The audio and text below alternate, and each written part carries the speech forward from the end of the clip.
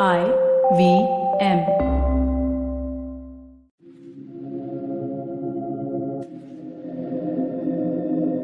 This is Audiogyan, and I am your host, Kedar Nimkar. Welcome to a deep dive into the minds of luminaries from the Indian creative world. Welcome to Audiogyan. This is a part of a series, Where Are the Designers? It's a 12-part series featuring few of the top influential design leaders in India, talking about the process of hiring, challenges in finding and retaining talent, and some tips for young designers to make a cut after they apply. I'm so happy and proud to introduce my co-host for this series, Abhinit Tiwari. He works at Gojek. Hey Abhinit, welcome Hey back. Kedar, happy to be back again. We took a fair bit of a gap between the last one and this one, no? Yeah. It's been like 2-3 weeks, but yeah. Yeah. Cool. And today we have Shreyas Satish with us on Audiogyan. Shreyas is the founder and CEO of Ownpath. It is dedicated to help professionals grow in their careers through lifelong learning and professional networks. We'll know more about Ownpath in our conversation. Shreyas was previously with Hasgeek and Mapunity. Thanks, Shreyas, for giving your time, and it's a real pleasure to have you on Audiogyan. Thanks, Kedar and Abhinit, for having me. Cool. So we have like a rapid fire round, especially for this series, and these questions were not shared. So I hope you're game for like a quick, like just a warm up round to get to the actual questions. Sure. Cool. So the first one is your favorite buzzword in the recent time within the design community of India. Like, आजकल क्या चल रहा है? Like, buzzword क्या है? It's a rapid fire round. It's okay, no pressure, Shreyas. We'll edit the gaps out. Webflow. I'm noticing a lot of Webflow conversations for sure. Which one? Webflow. Webflow. Okay. I thought it was just like you really gave like an important answer, but I was thinking कि ESOPs या ऐसा कुछ रहेगा, like design leaders, I am a mentor, I am a speaker, वो सब रहेंगे, but ठीक है, yeah. These days, though, it's salary survey, Kedar. Salaries, yes. Yes. And design titles also quite interesting. Anyway, the second is what do you look in a designer, attitude or aptitude? Both are important, but if breasts that go with attitude. Okay. Recently found app which you liked. Wow, this is difficult. You mean like a recent app that I installed? Yeah, I Like mean, you found the design. you found anywhere. You've heard about it, found it, used it. The one I use the most is Notion of late. Okay. So definitely have very good things to say about it. Superb. And the one which you hate the most? Oh, too many. Most hated. Too many. Yeah. I think government apps in general. Okay. Nice. Okay. That's a very diplomatic answer, Shreyas. Okay. Your favorite typeface? Oh, I'd probably go with the one that we're using right now, Rubik. Okay. Do you have any favorite design quote or any quote in general which you like? Good design is invisible. Okay, now this is a fill in the blanks. This is a new format, Abhinit, okay? Fill in the blanks. Designers should design and dash. Communicate. Wow. ये सब जगह डालना चाहिए था actually. हाँ ठीक है. Design school, design class, self-taught designer. Whom would you pick as a mentor at Ownpath? Like who has passed from a design school or a design these classes or? Oh, it really doesn't matter. Okay. It comes down to what their skill level in terms of craft is and how they communicate. Their background doesn't matter.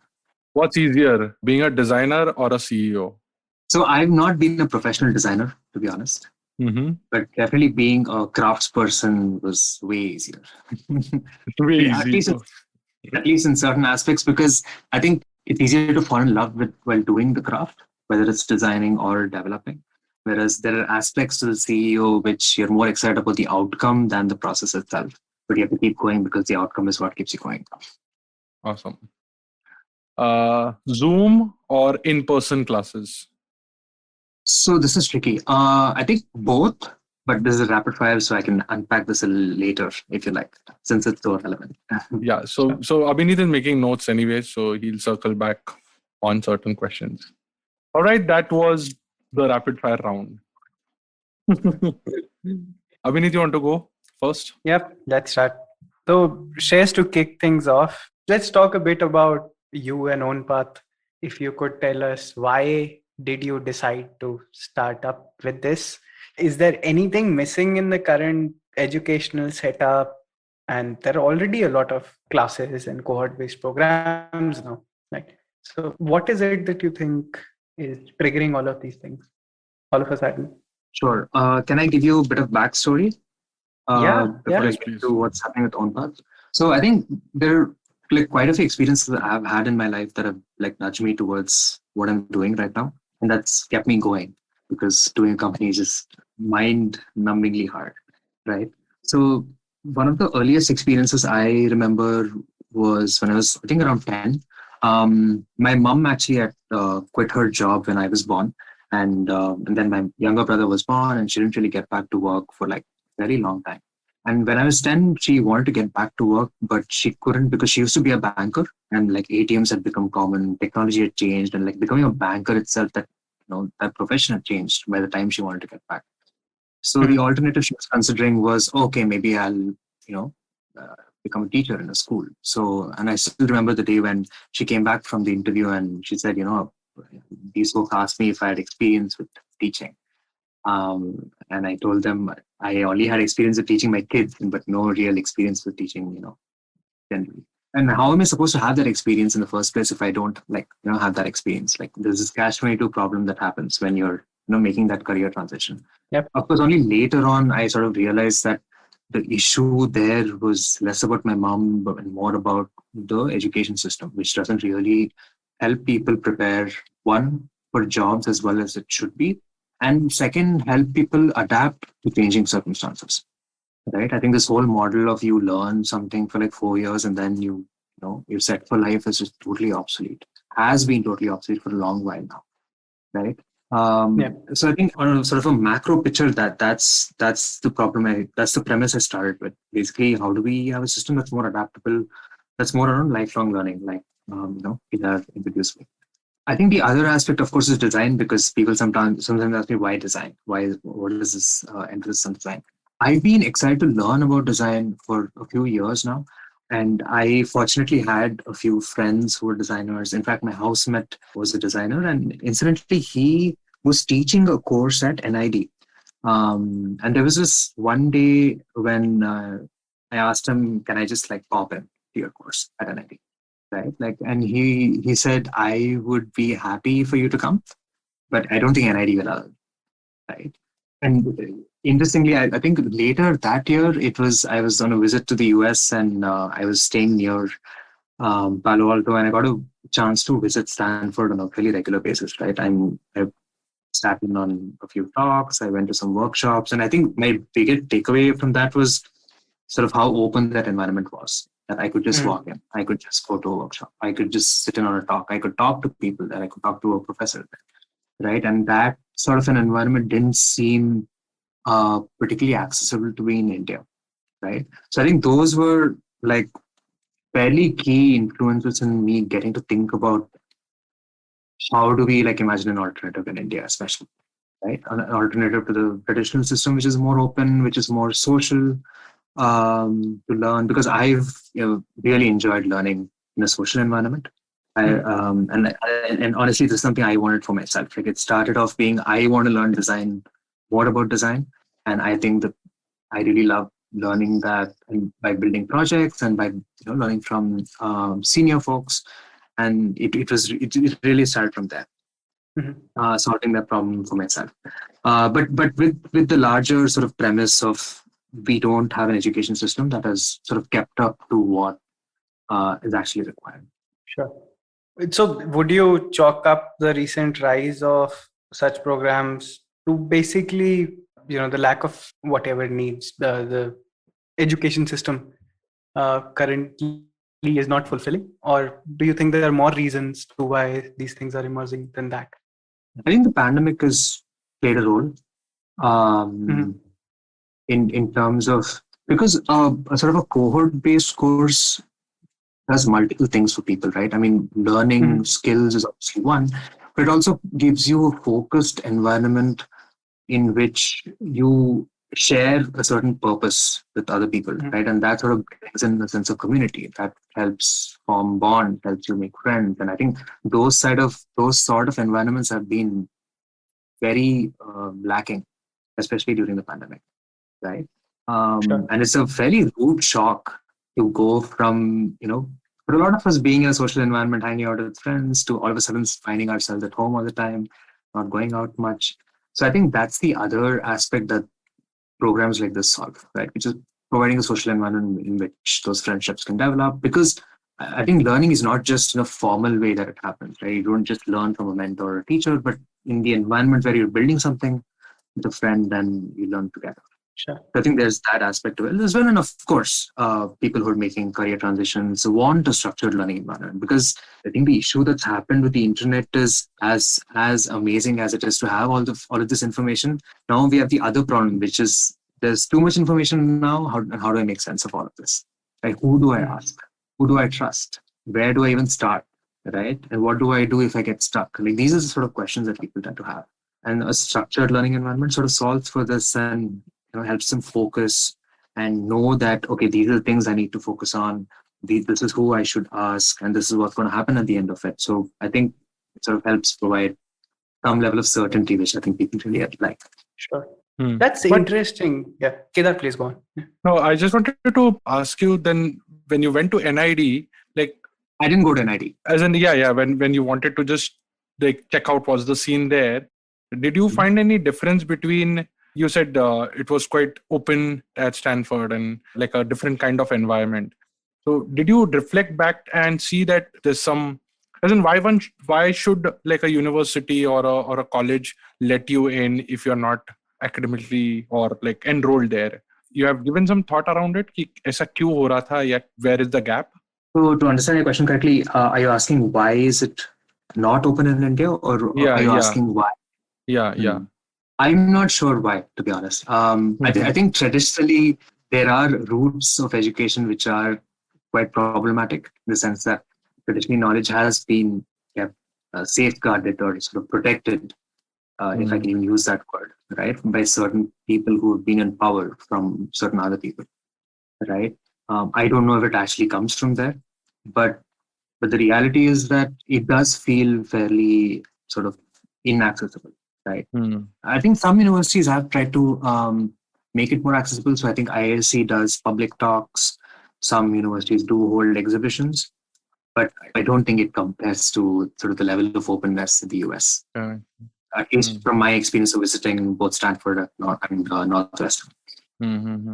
I think it's also a function of college versus university. Maybe universities have bigger campus, so I think Kalina, you can walk in anytime. BHU, you can walk in anytime and just see like some random classes, as opposed to like a standalone college, which has a campus, but still it's a single college. Maybe that could be a function. I don't know. But yeah, just like for the digression. Yep. Yeah. Another thing is, Shreyas, like when you talk about mid-career designers, right? So fine, we don't have a great educational setup, but then you get into a company. Most of these needs, they should be fulfilled within the company setup at least. Do you think like organizations these days are not doing a good enough job of providing, that those answers that you said these people are seeking within the organizations? So from my understanding, it seems like there are very few companies that have, even mid-sized design teams in India, right? Of course, your team is almost an anomaly, right, in terms of how mature it is. From my observation, a lot of designers work in either very small teams, or even sometimes they work as a solo designer. And sometimes they don't even report to a designer, right? And what they tend to miss is feedback on a craft level in terms of how they can actually improve as a designer. And that's what they really look for, and they don't get that. And that's why they look for mentorship outside of work. So the next thing I want to know is like, could you unpack this fellowship business for us a little bit. Yeah, and right? also what Ownpath, I mean, now it's the curiosity is building. Since I've read about it, if you can also give us like a brief idea about what exactly is it, a course, is it a program, and then maybe like what Abhinit asked about the fellowship, is there any criteria or something like that?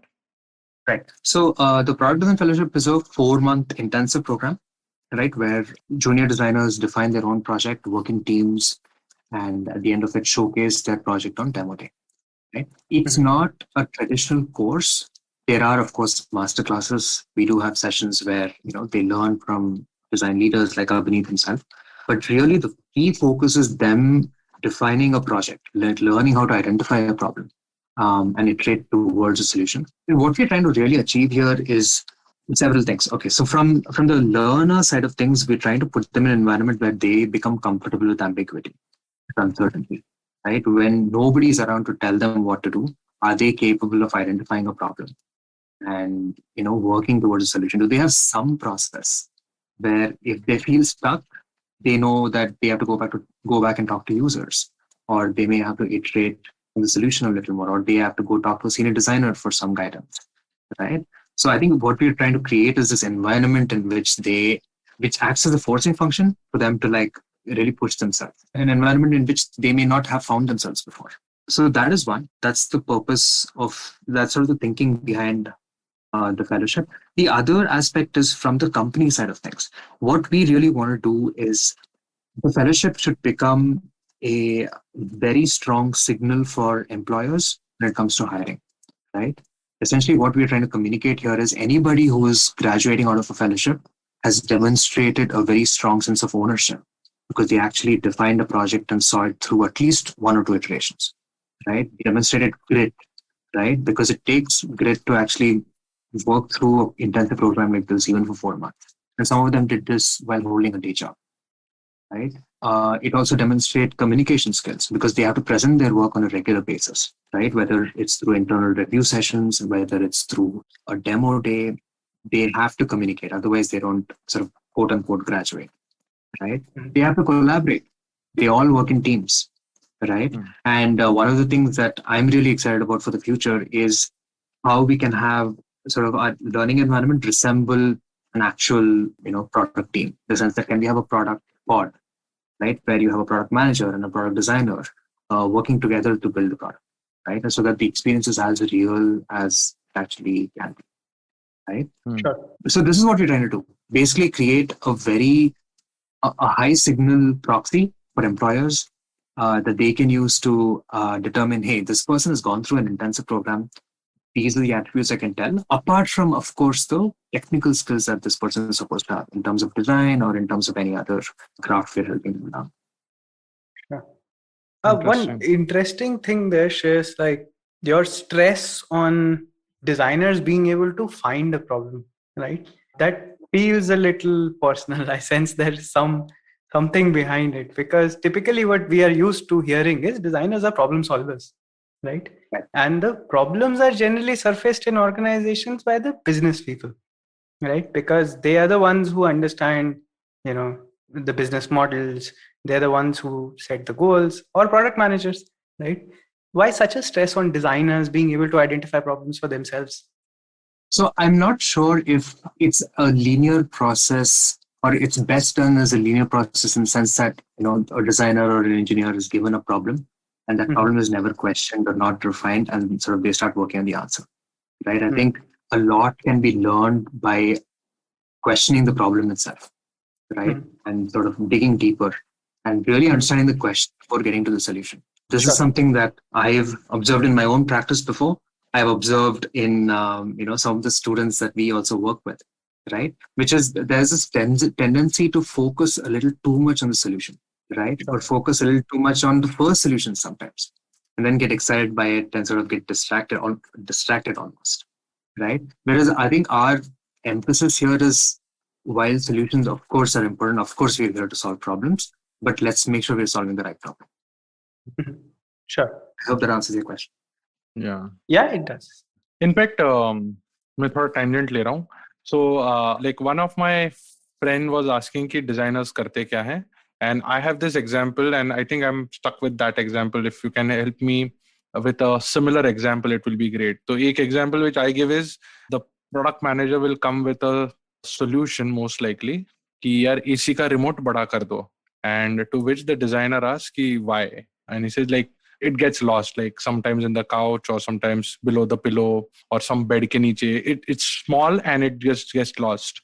To which like I say that like a recently experienced designer might think of some solution, but like yeah, I mean maybe like a more experienced designer would say कि यार इस remote चाहिए ही क्यों, right? The problem is like Exactly. directly like sensors लगा दो, room में कोई है तो AC on, otherwise off, something to that effect. But that's one solution, that's one scene or situation which I have. You have any other like one example which you can give where you try and push the designer to find a problem? So can I talk about my own personal experience with this? Please. Yeah. So the first year of Ownpath I was essentially trying to figure out a better online learning experience, right? So it was around, okay, how do you make the experience interactive and social? So, how do you design exercises in a way that people don't get bored? That was essentially my focus, right? But in about a year or so, I had to take a step back and realize, wait, what is the actual problem I'm trying to solve here? Is there a market for this problem? Are there enough people who are willing to pay for this problem? And how big of a problem is this even, right? Because this seems like a problem that I'm personally more excited about, but it has to also meet what people actually require, right? So that's sort of when I had to take a step back and understand, wait, what does the people actually want? And in that framework, how does this better learning environment fit in? Does that make sense? So I think it is super important to like take a step back now and then to really identify, wait, is this the right problem to be solving? And it's sort of then when I actually had a chance to talk to Abhinit about really doing a program for their senior designers, and I was also in parallel thinking of a program for people who are making a career transition. Right? Because I recognize that the actual problem in the market is people want to make this difficult career transition with so many question marks.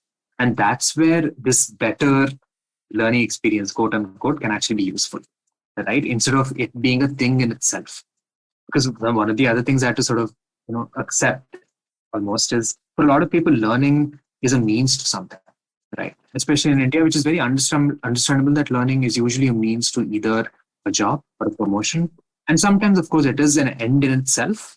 But when you're running a business, it really becomes important to identify, wait, what is the problem that people are more serious about, especially when it comes to, paying for it. Right? So this is the kind of experience I had for myself in terms of, zeroing in on the actual specific problem that will keep my business alive instead of just like going after problems that I'm personally excited about. Interesting. There's a famous quote, Kedar. It goes something like, the customer doesn't want a 9-inch hole, 9-inch drill. The customer wants a 9-inch hole in their wall. Yeah, exactly. Correct.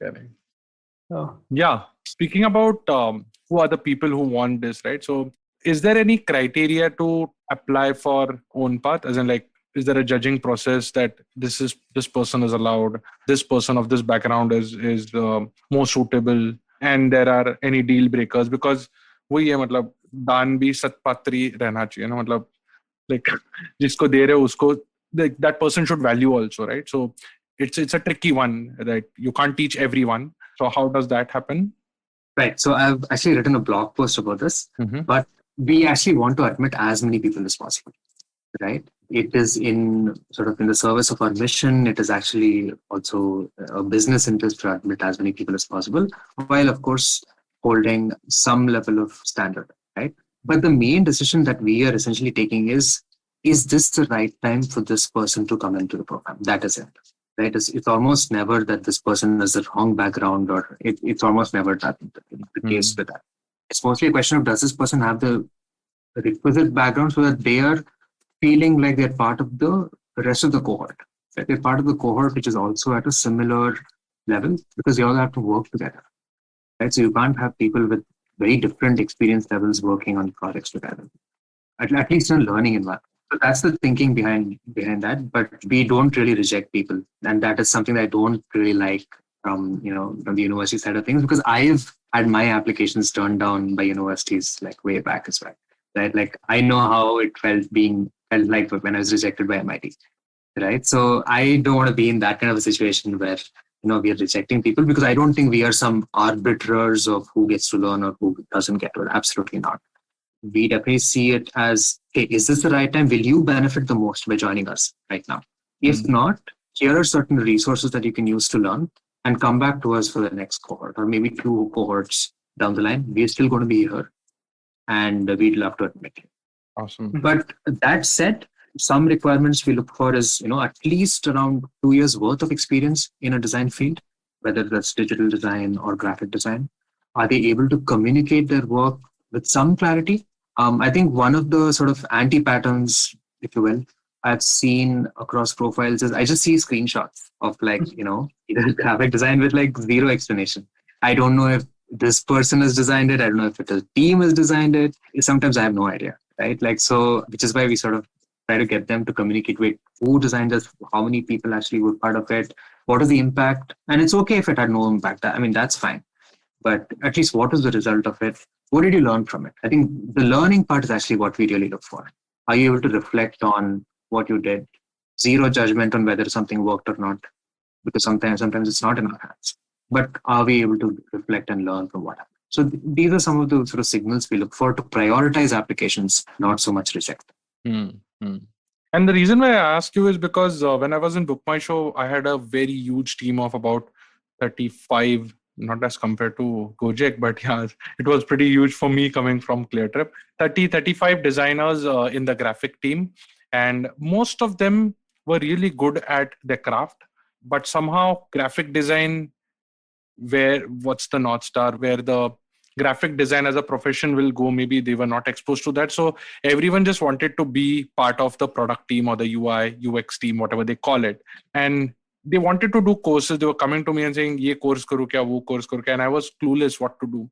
So have you seen, or what has been your observation with respect to graphic designers transitioning to become UI UX? Because in my opinion, they're like two different breeds altogether, especially when I speak to illustrators and graphic designers of like 20-30 years of experience. There's a huge learning in the graphic space also. So I treat them as two different spaces, but somehow a lot of people are confused. You see some patterns there, or any observations you want to share?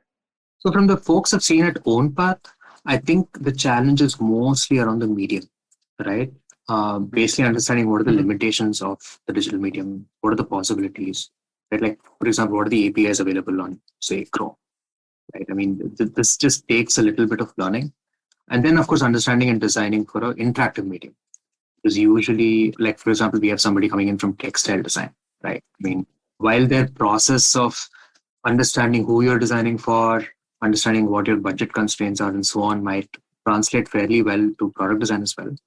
Understanding the medium becomes the main thing, right? Sort of thinking through that whole experience that somebody is going to go through.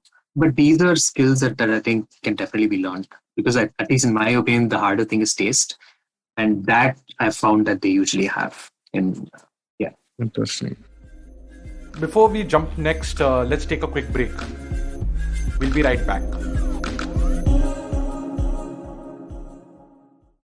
Hey everybody, it's been a great week on the IVM Podcast Network. On Advertising is Dead, Varun is joined by podcasters Yogi Kabir and Sarthak Mishra, along with Arjun Koladi from Spotify, to talk about the shifts brought by the growth of podcasting and what it means for the culture of tomorrow. On a show about crypto, Rohan is joined by Gaurav Garg, Head of Research and Crypto Expert at Capital Via. They discuss decentralized autonomous organizations. On Tere Mere Raste, Keshav introduces us to the real Wasipur and is a dark shadow of coal, mining and the mafia. On Paisa Vaisa, Anupam talks about the education loan industry in India with Ankit Mehra, founder and CEO of Gyan Dhan. On The Habit Coach, Ashton is joined by Gaurav Bhagat to share various tiny habits for professionals. Do follow us on social media. We're IVM Podcast on Twitter, Facebook, Instagram, and LinkedIn. And remember, if you're enjoying this show or any other show for that matter, please do tell a friend. And finally, we'd like to thank our sponsors on the network this week: Cred, Bank of Baroda, Quarter, CoinSwitch, Kuber, and Inter. We appreciate the support.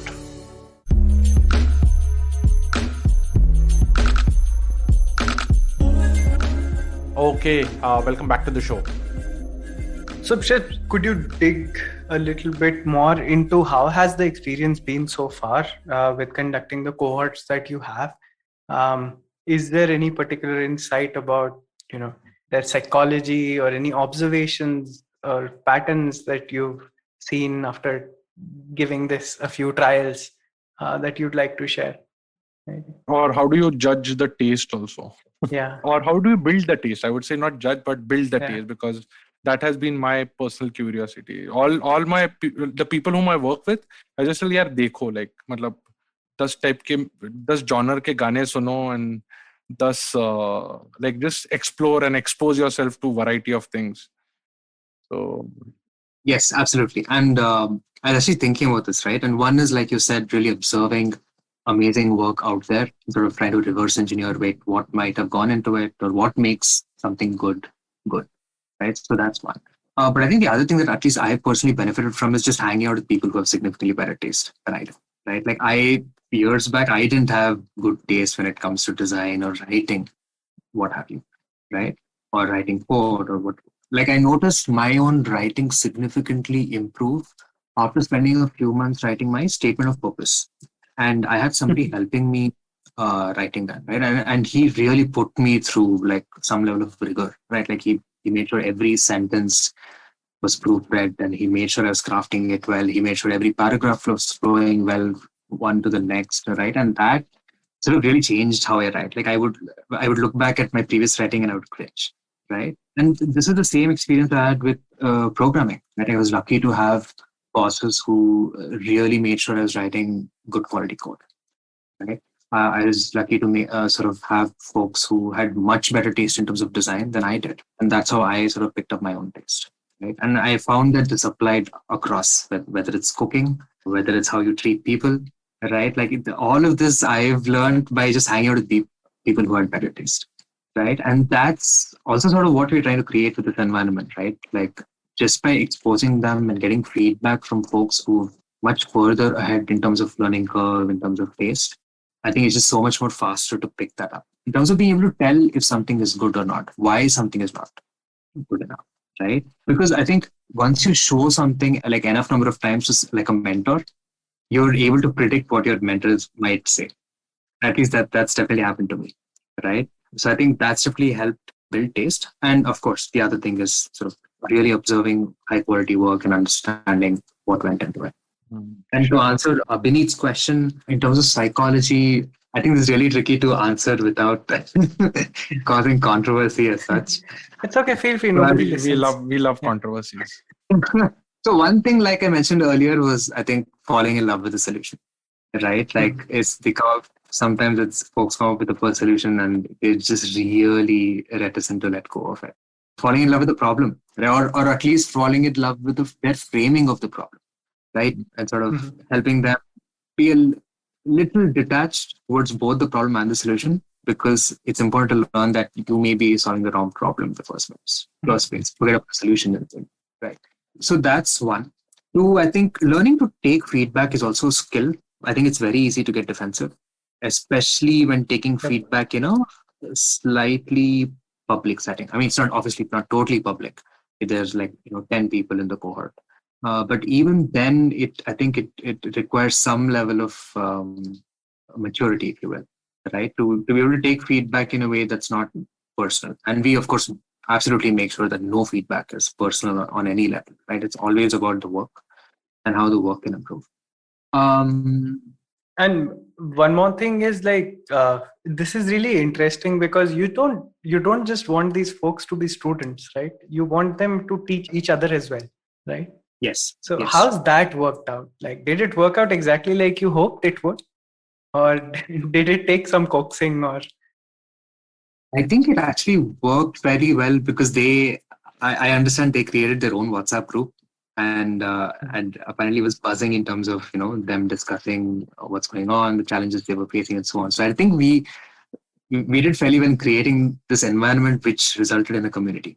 Right? And I hope these folks will stay in touch for a really long time, and they suddenly have this peer group that they can, run their ideas past or, potentially build side projects with and so on. Yeah, and I think we also had peer review sessions where we had these folks provide feedback to each other, which also helped, because that's something that they will be expected to do at work. And it's important that they know how to sort of structure their feedback, and again, in a way that's not personal and that's actually constructive. Sure. I very strongly relate to that personally because I barely went to college. My college was all of 3 years, and I don't remember a single lecture from any of my professors. God bless them. I'm sure they were good, but I've never been able to learn in a classroom setting, right? Like I zone out. But everything that I've learned, even to this day, it's because of the batchmates that I lucked out to have in my batch, right? It was these people who were geeking out on stuff.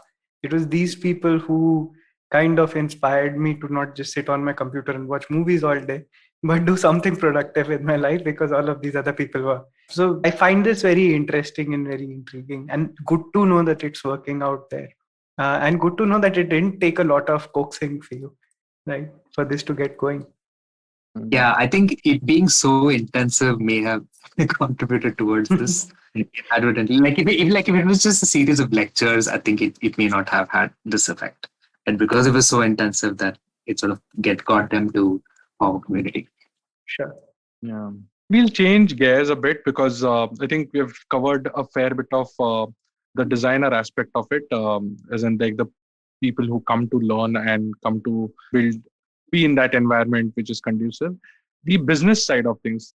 So, Shreyas, if you can give some insights on like what are the important considerations which designers are oblivious to or are not aware of from a business standpoint, the business realities, the ground realities of operations, and a lot of people have been saying this, that design should be at the table, but I believe it's just another cog in the entire scheme of things. So, any take on that? Does the program cover that? Make them sensitive? Sure. So I think again I can speak about this from personal experience as well. So I believe good products really take time, capital, blood, sweat, and tears to build, right? And hopefully not blood, but they just take a lot of time and effort to build, right? And I think it's important to realize that, because as craft people, there can be this tendency to over-index on perfectionism, right? Like especially in the initial stages, right? Like we want to get that initial product really good, and before we ship it. Of course, I'm not generalizing, but there is this tendency to ship things that we're not proud of. But the consequence of doing that is potentially lost business, potentially being late to the market, right? I think just understanding this is really important, because products don't happen in silos. They happen in a certain context, right? That context is the business in which it operates in. The business itself operates in a market context, and the timing needs to be ready for a product to actually be successful. So there are all these things that really require for a product to actually work. Right? In fact, like most products fail, right? I think the recent statistic I saw was like about 72% of products fail, at least when it comes to new product development. Yeah. Right? And why is, I mean, that seems very odd that so many products fail. And at least my understanding is that either it's because people are building the wrong product, right? Or there's not a big enough market for the product that it sort of eventually died, or they're not charging enough for the product, right? It doesn't have a sustainable business model. So I think it's very easy to forget that products require this context in which they thrive. Right? It's sort of like, I guess, like plants, right? Like it needs a certain kind of soil, it needs, water and all these, it needs sunlight, and without which there is no plant, right? So I think maybe that's a reasonable analogy. And it's easy to sort of forget all of this and just focus on the plant, but you also need that broader context for product as well. And do you get some pushback from the designers when you try to, teach them these things? Because just yesterday, I think I saw Andy Budd raging on Twitter about the same thing, that, hey, designers kind of, that they never seem to get that this is not the right time for perfection. They don't seem to, empathize with business. And I saw some people replying there with similar things that you said, Shreyas, which is that, engineering seems to get it far better. Engineering understands that there is premature refactoring, that, when you're launching a product, it's basically a shot in the dark and there's a high chance of it failing. So why make things perfect? Do your designers tell you, like, why are you telling us these things? Or why is it like, isn't it just good enough to make great products and people will come? It's hard. I think it really takes time to drive this home. And I think it just has to come through personal experience, and which is why we get them to have this personal experience, right? Of creating a product themselves and being emotionally attached to it. I think that's the other aspect, right? Because they define their own project, there is this emotional attachment that also comes in. And once that attachment comes in, you don't want to see something ugly that you're putting out, that you're so emotionally attached to, right? Especially as a designer, right? So I just think it takes time to learn, but it is something that we do emphasize on. Because, okay, I don't want to sound controversial here, but Why? Feel free. but I think it's important to realize the difference between product design and being a product designer, right? And that those two things can be different, right? In the sense that product design is like the result of many different forces, right? Like there's monetization, there's growth, and there's like budget constraints and all sort of things, organizational structures, right? And there's basically this thing called Conway's Law, which says that you ship interfaces and software that mimics your communication structures. And then I've experienced this myself in my previous job, right? So product design is... Sorry. Yeah. No, please go ahead. Sorry for interrupting. I was going to say that I can look at apps and tell what teams this company has. Right. So product design is the result of all these things: organizational structures, what is your growth strategy, who you're selling to, right? Like, for example, if it's an enterprise product, that can have a fairly significant influence on product design, how that product is designed, right? And I want to get into that a little more, but there are all these things that go into the design or of the product or the experience. I think it's really useful and important to realize that. And at least I'm more excited about the role of a designer as a facilitator in this whole process, because they really understand, or at least they're supposed to understand, what is the actual problem that the audience is facing, the user is facing, and how can we make sure that we're solving that problem? Because that's the short way of staying in business long time. Because if you build something that users really love, they'll keep giving you business. At least that's what I'd like to believe. यार हमको कुछ quotes है ना, design legends के quotes negate करने चाहिए. Like I was reading one quote by Massimo Vegnelli कि if done right it will stay forever. तो यार इससे बहुत इंस्पायर होके like done right के पीछे पड़ जाते हैं, and then that perfection is difficult to achieve, so you end up just iterating without even testing. Yeah, and I think Vignelli did not meet this mess called software, no? Right? Like he was a little ahead of his time. So I'm sure he's right when it comes to print. He's right when it comes to he did this graphics arts collection, right? He was right about those things. Software is a stupid thing. Like some of the civil engineers I've talked to, when they see what software engineers do in the name of engineering, they refuse to accept that this is engineering, right? Because software engineers, like if you just dig into, and Shreyas is very well familiar with that, right? Like software engineers know that everything that they make is going to be obsolete in 6 months, and if it is not obsolete, they'll make it obsolete themselves, right? So I think this medium itself has changed.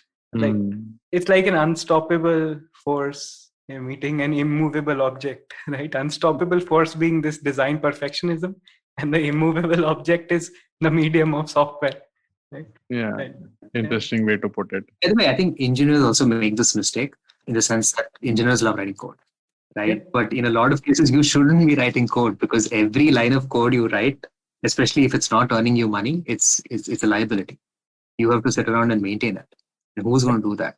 Who's going to do sales if you're sitting around making code, right? And there are times when you have to use some form software or whatever is already available, and not fall to this tendency of being an engineer, right? So I think it applies to engineers as well. So which is why I think it's more about the craftsperson trying to build a business, and that's the challenge to overcome. Right? Like how do you sort of take off that hat, or when to take off that hat, and when to sort of be a little more pragmatic in terms of shipping and the learning from that experience as well. Yeah, I think the other thing I want to talk about, which I'm actually curious to know what you folks think, is I have sometimes seen this tendency of not putting stuff out there, almost out of a fear of it being sort of invalidated in some way, right? Like if you put something out, what if nobody likes it? What if you don't get good feedback? Or what if nobody uses it? I have seen that at times. But I think what's really important to learn, and this is something that we again help these folks learn, is you have to iterate quickly. Right? You have to put things out there. It doesn't matter if you feel embarrassed, get over it. Right? Because you're not going to learn until your product meets reality. Right? No plan survives. I think there's a saying, right? And like no plan survives, the actual battle or something like that. Yeah. But Hmm. essentially you have to put it out there and learn from what feedback you're getting from users and use that to iterate, because it's all about that iteration. Yeah, true. Yeah, like Austin Kleon's book, man, Show Your Work. That guy wrote a New York Times bestseller on this one topic, and it's a beautifully illustrated book. And that's one book I give almost all the designers. But Shreyas, I do have to say that in the environment today, and with the quality of feedback you get if you share your work on those popular websites, right? I'd be scared myself. Like, I'm glad, like, I was doing this 10 years ago. Right now, like, people just hate it. Like, so any thoughts on the quality of feedback? Because it's very easy to tell people you should know how to take feedback, right? And it works great within a learning environment which is curated. But Mhm. internet these days is just silly, Yeah. right? Like, Right. with So, it. yeah, right. Sorry to interrupt, but before Shreyas gives answer or just shares his views, I think मेरा take थोड़ा सा अलग है ये question पे कि why, I mean, yes, an artist wants appreciation. So an artist needs to be perfectionist or at least strive for perfection. मतलब वही है कि 30-40 साल रियाज करके फिर स्टेज पे उतरो जब गुरु हाँ बोले तो ठीक है that school works there. यहाँ पे तो ऑब्जेक्टिव है ना मतलब if I make like an ugly sign up form and I get like million sign ups a day, why do I need to validate it with like a community? Does that make sense? Yeah. Also, yeah, and just to clarify, when I said feedback in the context of putting work out there, I didn't mean feedback in terms of other people telling you how your work is. I meant it as, hey, this is my product, and sort of seeing if people actually use it or not. So that sort of feedback, right? Like usage, feedback in terms of usage. Are people actually using it? Are people actually, continuing to use it, or are they dropping off? So that's the kind of feedback I mentioned, not opinions about what your product is like. Yeah, interesting. So I was just going to talk about, like, we've talked about designers having a seat at the table. We've talked about designers needing to understand, the ins and outs of business. But does business value design, stress, in your opinion? Because I think you're also getting designers placed in companies and all, right? So you have a perspective on this which we might not have. What's your point of view on design being a competitive advantage? Like, I'm a glass half full person on this. I don't see a lot of companies who are making a lot of money simply as a result of shipping a great customer experience, right? Where do you stand on this? Is design really a competitive advantage? Right. I think it also depends on the market in which the company is operating. As for example, in tech, I mean, Apple is a very evident case of differentiating on a better experience, right? But if you look at the airlines market, especially in India, right, it's probably more about designing better processes to optimize on cost than on experience. I think Vistara is trying to differentiate on experience, but by and large, it's about achieving low cost. So I think it depends on the market in which the product or the company is operating in. But I am optimistic about this changing for the better. And to give you an example, I think traditionally the enterprise software market has been pretty atrocious, if I can, to be polite, if you will, right? I mean, in terms of the quality of software that they actually ship. And I think that's mostly, I don't think it's a reflection of the designers in that company, right? It's mostly a reflection of the business model, right? Because the buyer is different from the user. All the company cares about is selling and keeping that contract, right? So basically not devoting enough time or money towards product design. But that has been changing over the past few years, right? If you sort of see companies like Slack or Notion or Airtable, they also make their money from businesses, but their growth strategy has been fundamentally different, right? They've gone with a bottom-up strategy where they've got individuals or small teams within companies to adopt their software, right? I mean, if you look at Slack, usually it's been, big companies, one team adopted it, they really liked it, and some other team saw it and they wanted to use it, and that's how they grew. Like, they didn't really need this massive sales force like a traditional enterprise company needed, right? It's the same table. And of course, Abhinit, I think you've used IRC before, and Slack is not a traditionally new mental model, at least compared to IRC, right? It's obviously differentiating in terms of user experience, right? And it's the same case with Airtable. If you look at Google Sheets and Airtable, what is the fundamental difference here, right? You could make the argument that this is the next iteration in terms of how a spreadsheet-based software should work.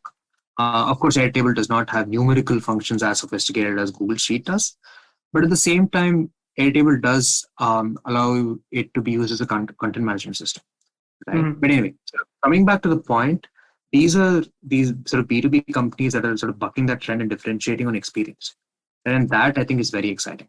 I think locally, I have only good things to say about Razorpay, right? And they've really done well in terms of developer experience.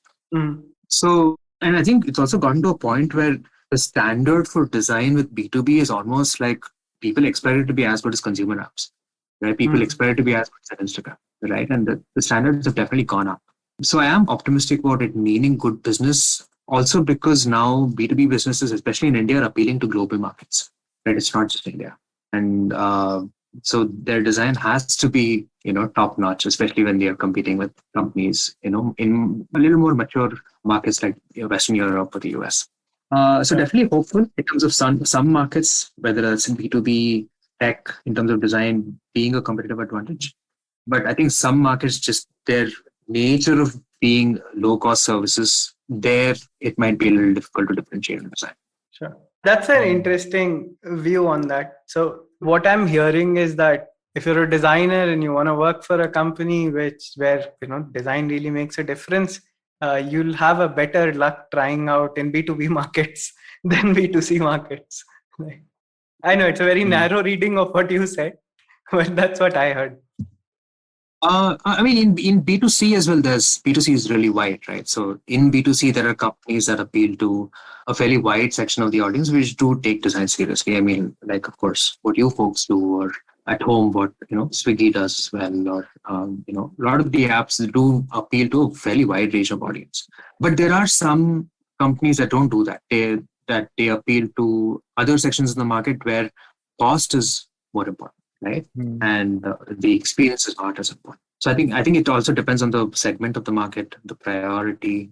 But yes, I agree with your point that at least if I were a designer today, I would probably look at companies where design is actually helping them differentiate. And you have again, like the cohorts, any indicators that people, at least designers, young designers, are more game or more inclined towards B2C products as opposed to B2B? You have seen any trend there? I don't know if I can call it a trend. I also don't know how they are informing their decision process right now, right? Beyond it seeming cool to work in, or, I heard something interesting about it.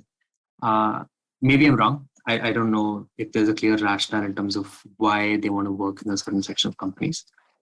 But one thing I will sort of emphasize on is, especially as a crafts person, I think it's also really important to go work where you will find good mentorship, right? Where a team in which you can learn. At least that's what's personally been very helpful to me, right? Apart from the company itself, what has been very important for me is who am I learning from, right? Can I sort of really pick up on skills that they have that I don't have, sort of build that taste, like I mentioned earlier. I think that's also a very important factor, because this is a craft that essentially gets built through sort of apprenticeship. Right? Even if you get hired from a company, it doesn't mean like, you stop learning, right? I mean, the learning only starts getting even more real because now you have clients to service, you have products to share, right? So that the stakes on that learning have now just gone up, right? So an environment which fosters learning is all the more important. Cool. I think I have one last question. Abhinit, you have anything more to ask before? I have lots of things. One thing I want to know, but I'm careful of the time as well. One thing, Shreyas, I want to know is like, do you have anything interesting to share about what you found companies to be looking for in designers these days? Right? Because you're kind of, finding a double product market fit, right? On one side, it's what do designers need? Can I give them that? And on the other side, it's what do companies need? So any interesting stories or any trends or any thoughts on what are companies looking for in designers? I think this varies wildly, to be really honest with you, right? Because it really depends on who is the person hiring. I found sometimes companies have founders who are hiring designers, but they don't really know how to hire because they don't come from design backgrounds or they have not really hired designers before that much. To the point of course, at this level of spectrum, like a Gojek or Brave. So it's usually somewhere in between the spectrum. But I think we are definitely, I don't see the emphasis on identifying the problem as much in the industry. And I think that's a little unfortunate. I think this sort of boundary between product managers being responsible for identifying the problem and designers being responsible for delivering just solution is, in my opinion, unfortunate.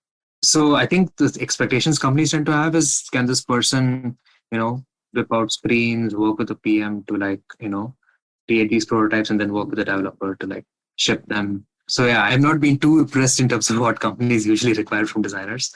But we are definitely making sure we get these people to learn in a way that they are capable of performing in the most, design mature company. I'm guessing that it's a bit diplomatic, but we'll talk about after recording. Yeah, I wish we should do one more of the series also, generally a longer session. But yeah, because of the format of this, one last question which I wanted to ask you, Shreyas, was since this is Ownpath now, how do you envision the future of Indian designers? Obviously, India in a context of design, digital design, if you want to say, do we see having design founders? Or how would you continue the journey to build a good pedigree of designers in India, or if you have other plans as well? Right. So I don't have a definitive answer to this question. I think it's more going to be exploratory, and I'm sort of just going to share what I have in mind and what I hope to see rather than what I think will happen. I think just to the last point you made, I'm personally more interested in seeing better design products and services than seeing more designers per se, right? And I think that more people are responsible for design than just design, right? And this goes all the way to founders and heads of other functions and what have you. So that said, I think there's still so many problems around us, right? And there's just still so much to do. Right. I mean, it might seem like there's just so much capital in the market, so many companies innovating and all of that, but there's still so many problems. In fact, we had our healthcare system essentially collapsing in the country, right, a few months back. Right? I mean, that's just one of those problems, but I think there's no shortage of problems in the coming years to work on. So one of the things I am really hoping that the gap is that the gap shortens between people who are very comfortable with computing devices and people who are not.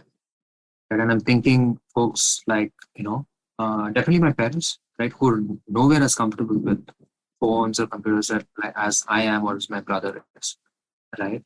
Or folks who don't come from backgrounds where they've been used to using these devices, or maybe they're sort of first generation mobile users, right? And we sort of saw that in the initial stages with the Coven platform rollout. Right. I mean, everything was in English and it wasn't particularly clear how people who didn't know how to use this or weren't comfortable with English would use this and get vaccinated. I think they've now changed it to people can walk in and get vaccinated. But the point is that I think we really have to figure out how do we include more people into this sort of computing revolution that's happening. Right. That's definitely one I hope to see happen in India, because there's just so many people in India. And it's I think Twitter and LinkedIn might make it feel like a lot of people are already on this, but I am actually currently living in a tier 2 town right now, and I've been living here this year, and I know how many people are just not comfortable with these devices, the ways in which they're not comfortable. Yeah, I think the other thing I'm curious to see is sort of more design at the level of systems, as opposed to sort of tactical interventions. Right. So, for example, getting food delivered at home a few buttons pressed is really cool, but can we also account for all the plastic that's getting generated? Right? How do we design for lesser plastic, right? Or building a better mosquito repellent. Sure, it's useful, but like, how do we redesign our spaces so there are lesser mosquitoes in the first place, right? And this is, by the way, coming from somebody who had like dengue twice 2 years back. So I think I also speak with some level of pain there. So I think those are more on the macro level. But I think on the micro level, I do hope we sort of, as an industry, definitely develop better taste in terms of what is respectful to users, what is actually good in the longer term, and not just like constantly optimize for like short-term metrics, right? Like show a pop-up here or like check a box by default there. And like, these run some numbers in the short term, but like, what is the trust that you're building with users in the longer term? And I really hope we take a deeper look at those issues as well. Because I really think better design can like save lives and can make, our lives much better than it actually is, right? Oh, that was like a lot of inspiration there. So thanks for sharing that with us. Cool. We'll conclude. Thank you for your time. And it was really wonderful having you. And obviously, Abhinit, thanks for joining in. Anytime. Thank you, both of you, for having me. So thanks for listening till the end. Currently, I'm heading the design at Jupiter.money, and we are hiring at all levels. So visit jupiter.money/careers. You can follow Audiogyan on Instagram at Audiogyan Moments and visit audiogyan.com for more GAN sessions. Abhinit, you want to have like a plug? Yes, we are opening up hiring very slowly, but shortly at Gojek Design. You can follow us at Gojek Design on Twitter, and we post all our openings there. Awesome. Shreyas, I don't know when is your next cohort, and I don't know when this episode will go live, but you guys, like, you want to just plug in, like, visit ownpath.xyz, and anything else people can connect with you. So, I mean, if you folks are interested in design education, please do follow Ownpath_xyz on Twitter. And please, do subscribe to our mailing list as well. And watch out to some of the events that we're also going to be increasingly doing. The next cohort is going to be announced soon. Yeah, I'd love to connect with more folks in terms of design education, how we can help them in their careers. Awesome. All right, thank you. And that's it from today's GAN session. For show notes and more GAN, visit audiogyan.com. If you like this podcast, please don't forget to check our other interesting podcast on IVM Network. You can listen to us on IVM Podcast app, ivmpodcast.com, or any of your favorite podcasting apps. To stay tuned, follow us on Twitter and Instagram at IVM Podcast. And if you wish to connect with me, I am at Audiogyan Moments on Instagram. Until then, take care.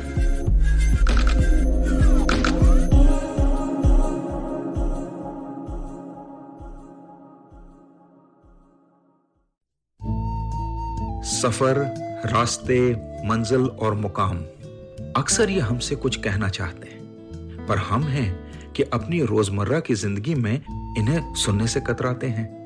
नमस्ते दोस्तों, मेरा नाम है केशव चतुर्वेदी और मैं आपको ले चलूंगा कुछ ऐसे सफर पर जहां आपको एक नया नजरिया मिलेगा सफर और मंजिलों को देखने का। आइए इन किस्से कहानियों में डूब जाएं, हर मंगलवार और शुक्रवार।